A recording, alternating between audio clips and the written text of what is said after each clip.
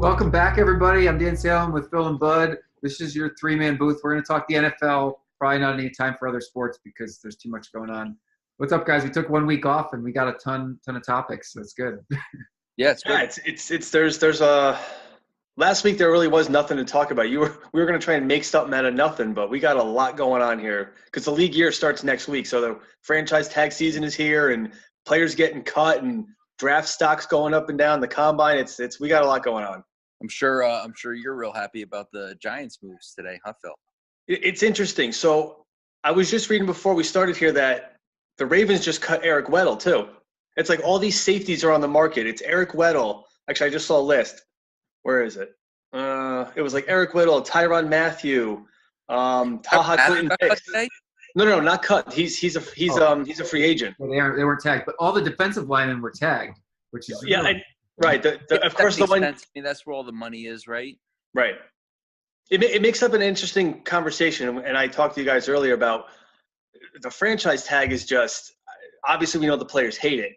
It's not a selling point for teams that are consistently tagging players because these players are like, well, why am I going to go to this team as a free agent when I'm basically going to be trapped for 5-6 years and not get that deal I want? Because the whole point of the franchise tag for the players is, you're going to get the average top 5 of that position, but it's only for 1 year. So if you get hurt, you're SOL for next year. Yeah, so right, but it's guaranteed money. Yeah, I was saying the injury thing makes it terrible for the players, but that guaranteed money's the salary's always higher than they would have gotten on their contract. Always. Completely agree. So it's I don't know. I feel like the franchise tag, no one likes it. Every time someone gets tagged, like, well, I'm just going to hold out and yada yada. So you're crossing your fingers that the Cowboys have issues and Lawrence holds out. Yeah, that's. Well, no, you're crossing your fingers because you wanted him. Oh, I mean, I want him, but he's already franchised, so he's with the Cowboys this season. I think he's signing it too. I thought I saw he's going to sign his too, but this is the second year in a row. So I mean, if they're not going to pay him, then he'll definitely hold out. And it's funny too because safeties and tight ends. Is it safeties and tight ends? And there was one other position are like the lowest franchise tag money that's out there. Obviously, running backs number one, probably next to quarterbacks, and then wide receivers, and then your tight ends and your safeties are kind of the bottom of the barrel as far as franchise money goes. Quarterback has to be number one. I mean, with Kirk Cousins making right $2 million now, but how long is it going to be until we get 100% guaranteed contracts? Because that's where we're going at some point here. Well, that's what Kirk Cousins got. Yeah, I know. Well, they're only he signed for less years and guaranteed money. Yeah, and look at how that's paying out. Minnesota. I mean, he didn't really play that well this year, and Minnesota's not really happy with him right now. I mean, so. Everyone likes to blame the quarterback. I don't think the Vikings were very good. I mean, well, especially the second half of the season. I think Kirk Cousins put up the exact same numbers he put up in Washington, and they were not good enough to win there either. But he does okay statistically. Yeah, ask Bud how Thielen and Diggs were doing the second half of the season. They didn't help me out at the beginning of the season. They were leading me to a championship. But, I mean, the Vikings weren't a great football team. They were playing up, I guess, instead of playing down, would be my assessment of them. So we got no defensive tackles like hitting free agency, right? But a lot of teams need them. That's probably why they held on to them. The safeties is interesting to me because that's like a more important position almost. Yeah, but listen, I mean, there's still going to be defensive linemen that are going to be available. The Rams are not going to tag Fowler. So he's going to be out there. I mean, he's a top 5 defensive end. Yeah. There's still going to be people out there. I mean, and listen, you can trade for. I mean, Clowney got tagged, but I mean, you can make a trade for him if you wanted to. You're probably going to have to give up a first rounder for him at least. Well, no, I want the Jets to go after whoever didn't get tagged. So I guess that would be Rams guy. So here's your list. So here's a list: Le'Veon Bell, which obviously we've beaten to death. Foles, which I think we have. At least the report I saw said he's going to sign in Jacksonville. We'll see if that happens. He's going to sign in Jacksonville. Yep. Right. Yeah, unless anybody else gives him more money, because there's still a week, right? Right. So then you know what? That's actually a smart move for him. They have a good defense.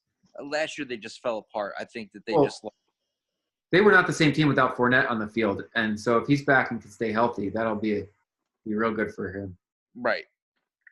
Yeah. So, all right, what else we got? We got Earl Thomas, C.J. Mosley, Trey Flowers, defensive end, Landon Collins, Tyrann Mathieu, and then a couple of tackles, all offensive and defensive tackles. So the free agent class is actually a little better than I thought it was. Yeah. You know what it is? There's just no wide receivers. That's really there's like a dead zone. Besides Golden Tate, there's like I think there's one other guy that's like a dead spot at wide receiver.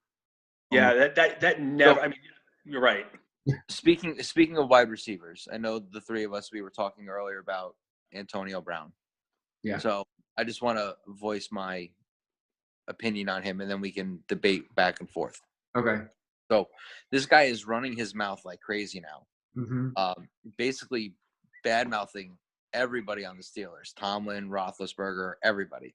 And we all knew that he wasn't happy there anyway, but now he's publicly coming out and just completely killing them, right? Which is pretty ballsy considering that he's still a Steeler, right? That's true. He's still under contract with them. Right. So he's making it impossible for them to keep him is what he's trying to do. He's also making it impossible for them to trade him. Who wants that headache? And he apparently said, listen, I don't need football. I can sit out, whatever. The Steelers should call his bluff. Yeah. And just be like, listen, you're under contract. We're not trading you. And you can either play or you can sit out. Yeah, but then they got to pay him, though. Well, yeah, but there has to be some sort of clause in the collective bargaining agreement if you don't, you get fined. If you don't show up for training camp and you're under contract, you start to get fined after a while. So eventually he's going to get paid. That's fine, but he's going to lose money because he's going to have to pay all the fine money. So I'm always on the side of the players because they get the short end of the stick every single time, pretty much. So I'm not a fan of the Steelers. I'm just going to say that. I don't like Ben Roethlisberger. Something about that team rubs me the wrong way. And they consistently seem to alienate their star players one way or another. Now, I'm very far removed from that area of the country and the fandom, so you guys are much closer. But I don't see a problem signing Antonio Brown. I don't think he's this headache. I think that's the Steelers like trying to save face and spin it. That's people they always want to put the diva mark on a wide receiver. And look Randy Moss was a head case, yes. And then he cleaned up immediately overnight. You see it with other players. Once you have like motivation, they're not an a-hole anymore. So he doesn't scare me like to add him at all. So so he's currently playing with what you would probably say is a Hall of Fame quarterback, right? Yes. Okay. So definitely under consideration. Definitely. So if the reports are true, there are 3 teams that are interested in him. The Raiders, they suck. Redskins. The Redskins, they have no quarterback except for Colt McCoy. Good luck. I don't want to bro. Stay out of the NFC East. And then the Titans. And the Titans, that is a Mariota first team. And he's not going to like it that his quarterback has the ball in his hand, 50% of the time. Yeah, so that's not going to work either. I mean, do you really want to deal with him? As a Jets fan, he's talented.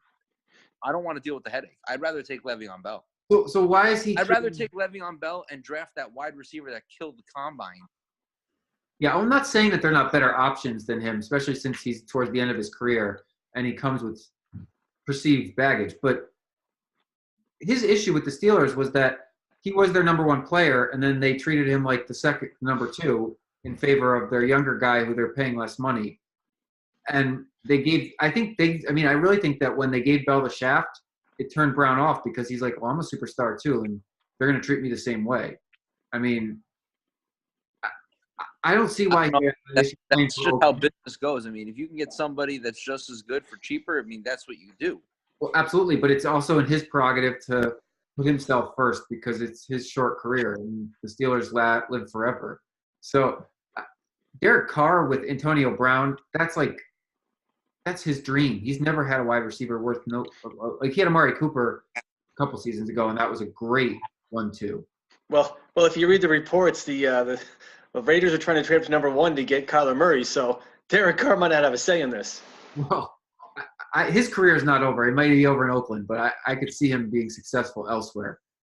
I mean, it kind of makes – if you think about it real quick, the Raiders are going to move to Vegas. They want that pop that we're going to move to a new city. We have a new star quarterback. I mean, that's what you want. That's how you attract ticket sales, and that's how you attract a fan base when you're moving to a new city. I mean, it just, I guess from that standpoint, it does make sense. There's not a single team in the NFL that's been successful without a number one receiver. The Patriots have had Rob Gronkowski. He's been their number one.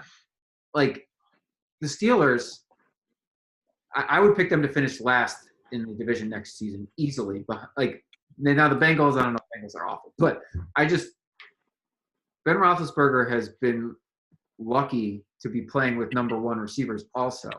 And we take it for granted. Now he's a great player, don't get me wrong, and he seems very resilient. Brown could help a lot of teams. I don't know how much he could help Tennessee, but some of these other teams could really use him. Yeah. So what do we think? He's going to get traded. Do you think he'll get packaged in a team trading up in the draft or a team trading back? Like, how do you think? Do you think the Steelers will trade up and swap him? That's the weird thing is when is this even going to happen? Like there hasn't been any talk since this whole thing kind of went down a few weeks ago about when it's going to happen. The timetable, is it with the draft? Is it out the draft? Is it during the summer? I've heard nothing. So Pittsburgh needs a quarterback. They drafted a guy early second round last year, but I mean, right. I don't know if he's anything or not. So they need somebody to replace Big Ben, just like other teams with their aging stars. But the Steelers are picking like mid-teens, right, or upper or low 20s, right? They're really in no position. They're not going to get any of these top flight quarterbacks. I think there's only two, but they're in no position to get any. But would you, if you're the Jets, do you take Antonio Brown and pick 16 for pick 6? I don't know, bud. What do you do? No. I say yes in a heartbeat. Bud's holding out for Danny Amendola. Oh. He's gonna join the Jets. He just is now that you want it. You hate it so bad. Listen, you guys texted me that earlier today. I mean, that makes me sick to my stomach. I mean, he's a free agent. But you know what? And you know what the funny thing is that you know as well as I do, the Jets would do that, right? Well, because the Patriots steal all of our guys, so we try to steal theirs, and it doesn't work out. But Jesus. I mean, maybe he goes to Miami. The cat's throwing up. Oh, even the cat can't stomach the fact of that happening. You mentioned Danny Amendola, and all of a sudden he's throwing up. That's what I'm saying. Even the cat can't take it. But, I don't blame him. Yeah. So going back to Antonio Brown, I'll be interested to see when this happens because there's been that one report about the 3 teams, but that's been it. It's just complete speculation on that. It's almost like they're waiting for that first domino to fall, and then all the rest of these might fall. And he's coming up on his roster bonus. Is it this week or next week, right? Yeah. Oh, you know what? You're right. I completely forgot about that. So he almost has to. Well, he doesn't have to, but if the Steelers don't want to pay that money, he's got to. He's got to be traded before then. Yeah, he's got about a week. Yeah. A week countdown clock before that bonus kicks in and starts. Well, I think it's less than a week. I think it's the 12th, the 12th of March. That's next Tuesday. So you're less than a week. Yeah. Now. You're right. So he's got to be the first domino if they don't want to pay him the extra money. You're right. I forgot about that roster bonus. You're completely right about that. It's a game of chicken. He's really trying to force their hand. You've been saying for weeks that teams should just lowball him and see what happens. You've been saying that for weeks because they know that they want to trade him and teams aren't going to pay top dollar for it, even though obviously he's clearly worth a number 1 pick. I don't even know if they get that. And how many teams are just going to drop a story into the media about how he's a head case to lower the asking price? I mean, every one of those stories benefits everybody but the Steelers. Yeah. So that's where we're in now is fake stories. So we may know by next Tuesday's show whether he's moving on or not. So. I think by next week you're going to see a lot of these guys get signed. The first 2 days of NFL free agency, most of these players get signed. It's awesome because it gets over really fast, and then you go into the draft preparation. Unlike the NBA where it takes all summer to sign to these guys sometimes. Oh yeah. The NFL free agency is quick and it's done. Oh, everybody good will be signed by next Friday. I completely agree with you. Yeah. So real quick, because your team didn't franchise a few guys. So they basically sent them out to the open market. Do you think so? They were looking. Yeah. So the big one is Landon Collins, which I'm not sure how I feel about that yet because he was only going to be due to make $11 million on his franchise tag. the NFL cap was going up by $11 million, so that you can almost say that's a wash.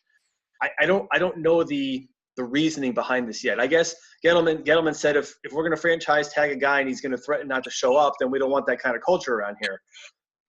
I mean, that doesn't sound like a great reason not to do it because, he's one of the I mean, I don't know if that's biased, but he is one of the top safeties in the league right now. But from the other safeties we saw, there's a lot of defensive back help that's going to be available. So yeah, and I think he's not really building a culture of winning though, is he? So I mean, what are they doing here? I mean, he's arguably your best defensive player. I mean, he comes out at the end of the season and saying that we need to figure out how we can stop people from scoring. Well, now you're getting rid of, you're letting him walk. Vernon's probably gone too. There go your two top defensive players. I mean, yeah. At some point, just come out and say that this is a complete rebuild, which ultimately it is, right? I mean, but yeah. you're literally gutting the team. But that sucks because if they're rebuilding, they should just let OBJ and Saquon Barkley sit on the bench for the entire season because otherwise, what are you gaining by letting them play? I agree. You're wasting their valuable year, their prime years here, and part of me is listen, Eli's going to make $23 million next year. He's $17 million on the cap, right? I did thought I saw something about him taking a pay cut though. I didn't find anything to validate that, but someone told me he might be taking a pay cut. But it hasn't happened yet. Right. And I will say this is that as much as I hate the Patriots, and I do, they are constantly winning because Tom Brady is willing to take less money, to take that money and put it in other areas on the team that he can win. Eli should go to management and be like, listen, I'm not a $23 million a year quarterback. Pay me $13 million a year. I'll save you a ton of money. Take that money and sign the defensive players that are going to make our team better. But right now, I agree. I honestly, what's happening here? I'd be shocked if Eli didn't say that exact thing, though, because this is his final season. He got overpaid the last 2 years to begin with. He got all these endorsements. He doesn't need the money. He just wants to win another Super Bowl. I would be shocked if he didn't say that, considering they already got two superstars on offense. Like, you can't have a better running back wide receiver combination than the Giants have, except for maybe what Pittsburgh had, and they blew it up. So they blew it up. So Giants they need defense because they're not going to win without defense. That was why they were good 2 years ago or 3 years ago, whatever it was. Number one, Eli doesn't need another dollar, and he doesn't pay for a meal in New York City as it is anyway. So what is he really spending money on these days? But you're right. Hopefully that conversation happened. It'll be. I think the direction will be a lot more clear next week when free agency's open, and I think we'll be. I think the direction will be a little more known at that point. This is an interesting thought. You see it in baseball a lot where these players kind of transition right into a coaching role. Do you see Manning moving into the Giants as a quarterback's coach or anything? He's kind of tied to that team. And it always boggled my mind why Peyton hasn't gotten into coaching. Maybe he doesn't want to be a coach. Maybe he's not ready yet. But I honestly don't think Eli's ready to retire. I think that eventually the Giants are going to have to move on, right? So they're going to have to draft a quarterback in this draft. If they don't, I don't. No, they are. They will. They will. They will draft a quarterback in this draft. Dude, you're letting two of your best defensive players go, and there's some really good defensive players in the draft, especially in the top 10. Yeah. Would you be shocked if they bypassed the quarterback and decided to go defensive end or linebacker or something? No, because that's the move. If you go all in to win with Eli for the last season, you stop on the D. Would anybody? Why are you letting two of your best defensive players just walk? So they're not. You right. Well, I would say have money, restructure contracts. But I don't think it's that easy. Collins could get a 5-year deal for $9 million a year, and that's better. So I don't know. Maybe the guys didn't want to be stuck with the franchise tag and get slapped. Maybe they wanted to field offers, but they're going to hear the Giants offer first. I mean, if they legitimately have this culture. They can still re-sign him. He can absolutely still come back. He's just a free agent to test the waters. He can 100% still come back. I could be correct me if I'm wrong. I think that the team who you're leaving can make you an offer before the league year begins. So the Giants could have already made him an offer, and he can hear new offers once the year resets. Well, that's true. I don't know. I've already been reading Twitter and Instagram things saying thank you for all the years I've been here. So, yeah, Maybe he wants to cash in elsewhere. But that's not painting the same picture. So you're right. I mean, listen, Olivier Vernon. I wasn't that impressed with him last year, to be quite honest with you. It's not like he did a whole hell of a lot like he did the first year, but be that as it may. Well, who was the team that slapped the franchise tag on their kicker? I thought that was amusing. Was it just was it the it was Robbie Gould, right? Who was it? Was it? Yeah, you're right. So someone did. I can't remember who it was, but yes, somebody did franchise the 49ers. The 49ers did it. That's right. So I think it was Robbie Gould. And that's ironic. I don't think you don't have to franchise someone, right? I mean, you don't. It's not like it's a rule you have to. No, do. you don't have to franchise anybody if you don't want to. You don't have to. It prevents other teams from making a better contract offer than you are going to. Yeah, but a lot of times if they decide to sign with somewhere else, they get a compensation pick. Right. So, Absolutely.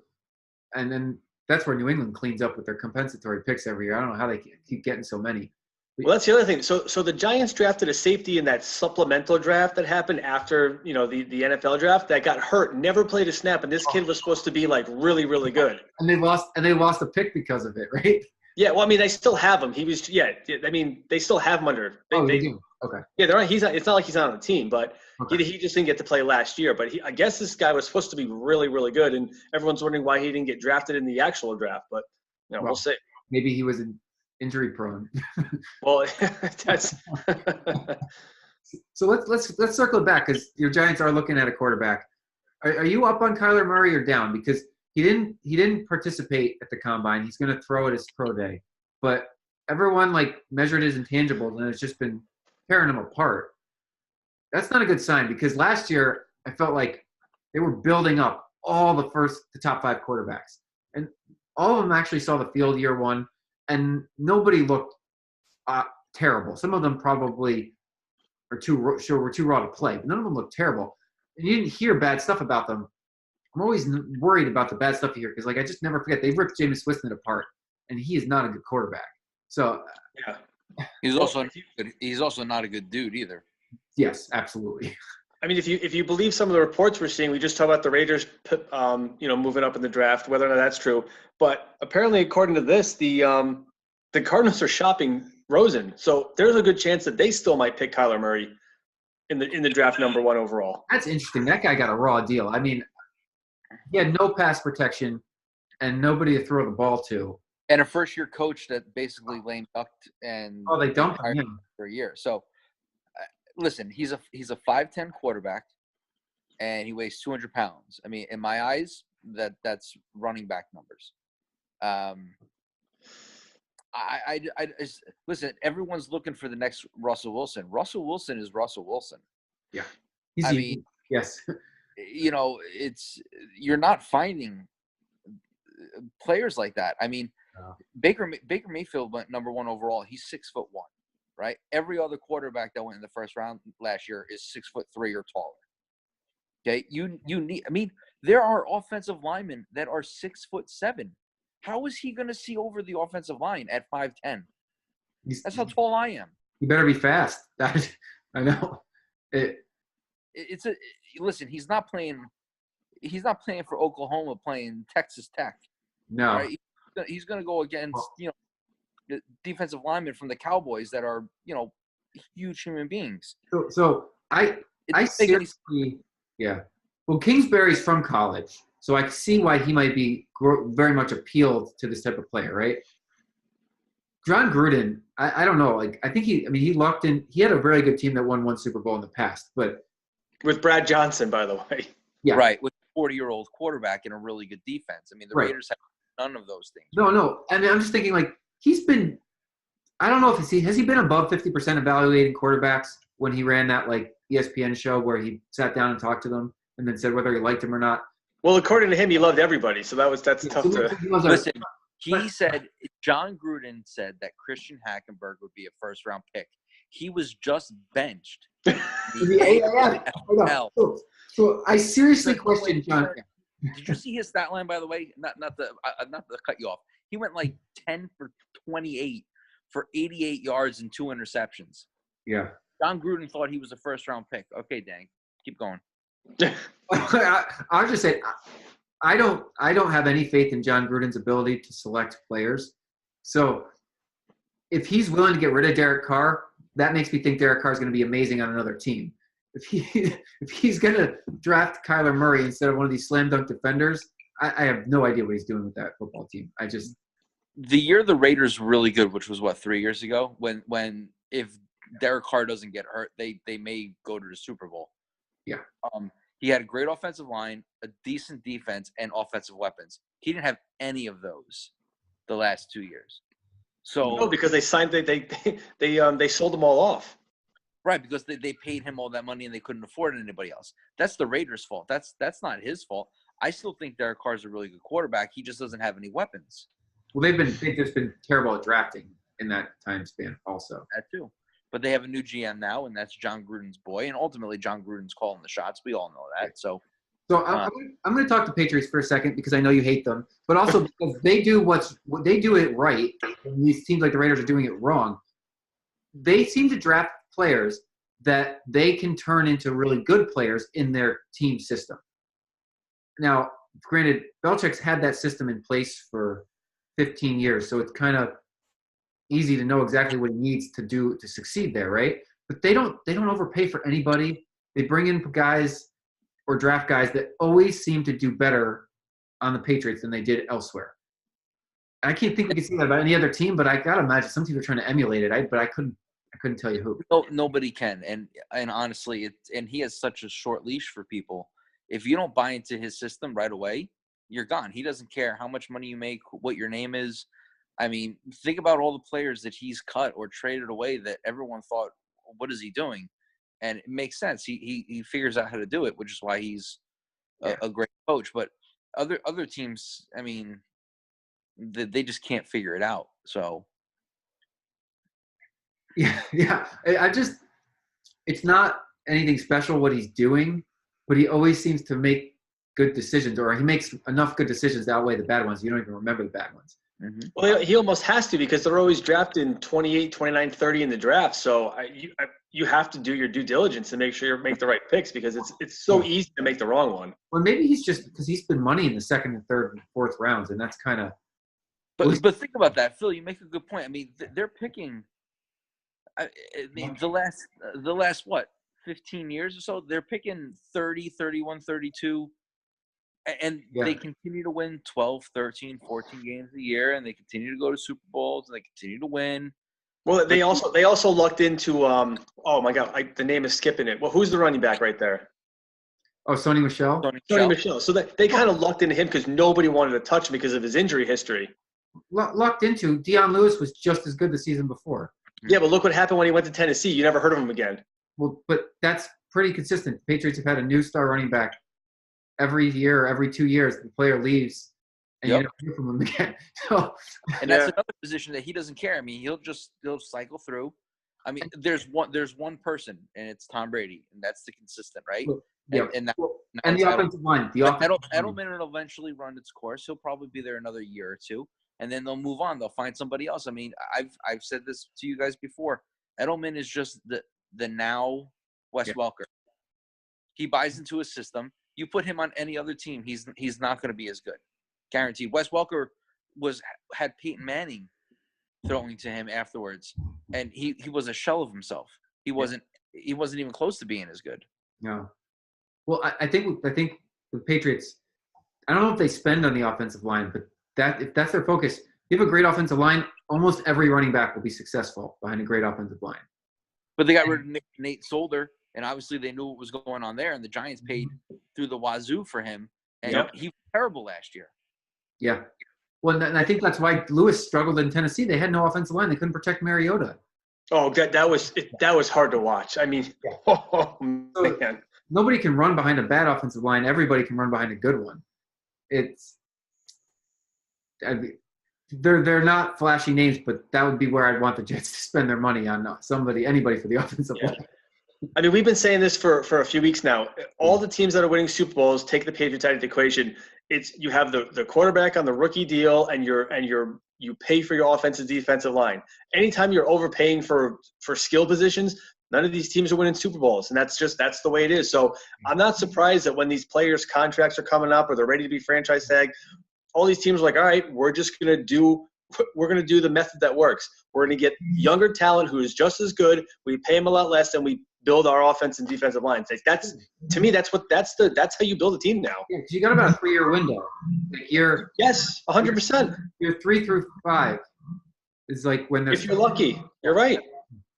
Now the Falcons were a semi-exception because they hadn't. I'll stop talking. The Falcons had Matt Ryan and Julio Jones. They almost won. Those are telling me to shut up. Move along messages. No, but I mean, it's true. It's like you look at every team that doesn't that doesn't win the Super Bowl. Besides the Patriots, they don't get back. It's really, really hard, and that's what makes the NFL so great. Is that any team is can go from last place to first place on any given year. That's the beauty of it. But we didn't touch on the unretirement here. What do you guys think about Jason Witten coming out of the booth? Did you see what Steve Smith said about him? I did not. So somebody asked Steve Smith. You know who Steve Smith is, right? Yeah. Somebody asked Steve Smith if he's ever contemplating going back to playing football because now he works for the NFL Network, and he said, "No, I'm pretty good at what I do. I don't need to go back." Oh, well, I didn't even know. Witten was an analyst, so that tells you something. He was, first of all, he was awful last year. He was not good. The only reason he got that job is because he's the next Cowboy. Aikman's a color commentator, obviously forever. Obviously, Romo's been pretty good at it. I think he's entertaining. They're just like, oh look, another Cowboy. Let's just give him a number one analyst job on a major network. Didn't work. He's a star player in his prime. No, I'm not debating that fact. I'm just saying they're like, oh, if you're an ex-Cowboy, you're just guaranteed you're going to be an analyst. I think that the Cowboys maybe begged him to come back just to get a little veteran leadership in the locker room come playoff time. I don't know. I mean, he can't possibly be going to be contributing that much. I'd be shocked. I don't think you're going to see. I don't think you're surprised. I don't think you're going to see Wes Welker. That's why I'm on the brain right now. Jason Witten running any more than 5 or 10 yard outs. That's it. He's not going down the field anymore. That's. Maybe he gets the Gronkowski treatment, one series a game. I think it'll be a little more than that, but it's almost like the Edelman. Edelman only hits these short 5-yarders, but he turns them into things. Yeah. You're going to be looking at Witten to be like, hey, it's 3rd and 2. We need to catch. That's who they're going to go to. That's going to be his role, I think. The Cowboys need other things. I don't know why they spend money on him. It's just weird. Listen, you know me. I hope the whole thing bombs, so I'm not rooting for it to succeed. Yeah. So we got 2 teams that thought we needed quarterbacks that probably aren't drafting. So who's the Giants' competition? Top 10.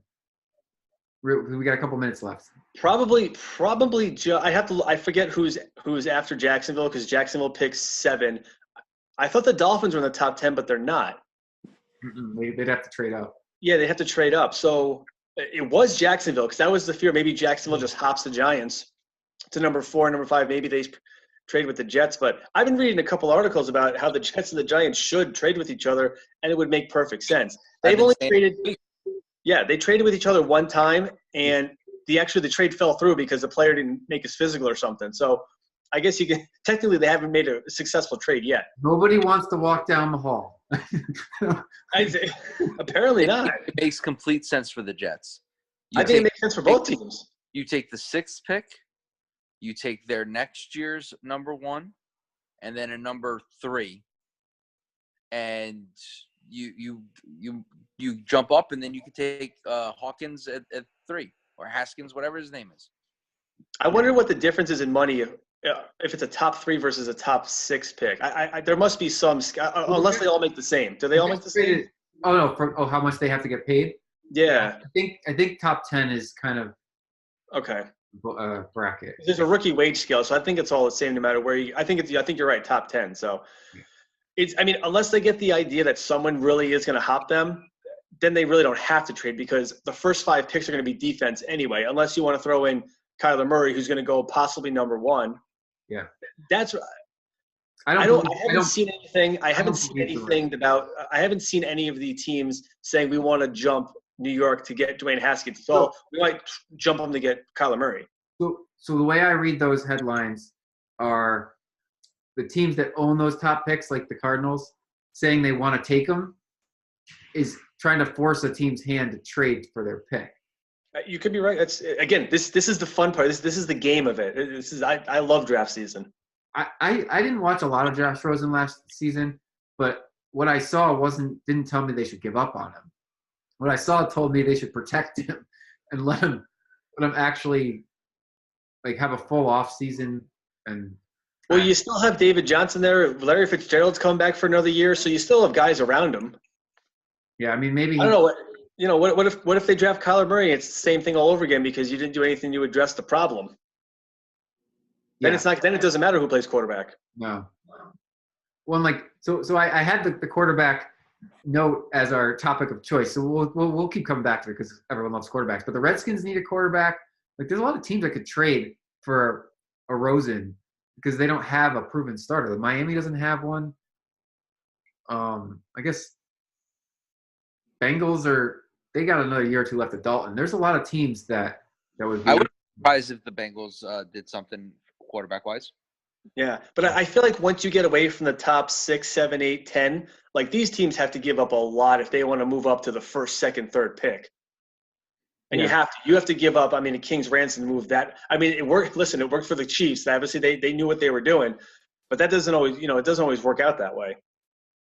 Yeah. You have to give up a lot if you want to move look at how much the Jets had to give up just to move 3 spots last year. Mm-hmm. So if any of these teams out of the top 10 want to get up to the top 10, I mean, it's like open the checkbook. What are you going to give us? So we got 3 minutes left because the league year probably, I think it starts right before we'll have our show again. Who's the first player you want to see the Giants and Jets sign respectively? I have a feeling Tyrann Mathieu is going to get signed. And I obviously I'd like to see Le'Veon Bell. That's the one everyone's going to be watching for. Yeah. You think he goes quick, or do you think it's going to take a couple days to a week? I think it's going to go quick, to be honest with you. I think it's going to take a couple days. I mean, I think there's so many rumors everywhere. I mean, they have him going to the Jets. They had him going to Philly a couple days ago. I love that. I said it, and then Bryce Harper was baiting it, and it was the best. I don't want to see that. Listen, Bryce Harper said that he wanted to bring a championship back to DC. Did you hear that? Yeah, I did. Misspoke. Yeah. I actually think Bell probably. I mean, he's fielded all his offers. He's got them. If he hasn't made a decision yet, then it might be a while. But I kind of think he's already made his decision. It might be like day one. Yeah, I sent you guys that thing the other day about it was almost a guarantee that Bell was going to sign it with the Jets. So we'll see if that comes to fruition or not. We've heard that before, and then they go all their places. I know. I forget who it was most recently. Kirk but Cousins. at least they're in the conversation. It's not like you guys are coming into free agency. You have zero shot at. I mean, they're essentially the front runner, so it's a good spot to be in. I'm excited. Well, go ahead, Dan. I'm excited for Bell, but I don't think he's marketably better than the other running backs available. If you can get one of those other guys and one of the top defensive linemen. You'd rather get Coleman from Atlanta? I'd rather get Coleman and then Fowler than – Fowler's the one that didn't get tagged, right? Then Bell. But you could still get – I mean, they have 106 million. You don't have to spend it all. I know you don't have to spend it all, but what's the point of having all of this money if you're not going to spend it to make your team better? I'm not suggesting they shouldn't spend some of it, but they need a wide receiver also. And if you spend half of it on one guy, you're handicapping yourself. Yeah, but I still think that they will be able to get if they sign Bell, I still think they can be able to go get a wide receiver and defensive help. Yeah. Well, the good news is by next week, we'll hopefully have a lot of these questions answered. So before Bud gets cut off like The Sopranos like last time, that was the best. We'll have to reconvene next week. All right. Well, this has been fun, guys, and we'll talk again after the year kicks off. All right. Talk to you next week. All right. Bye. Thanks for watching BuzzChomp. Subscribe and share. Subscribe and share. Subscribe and share. Share. Woo.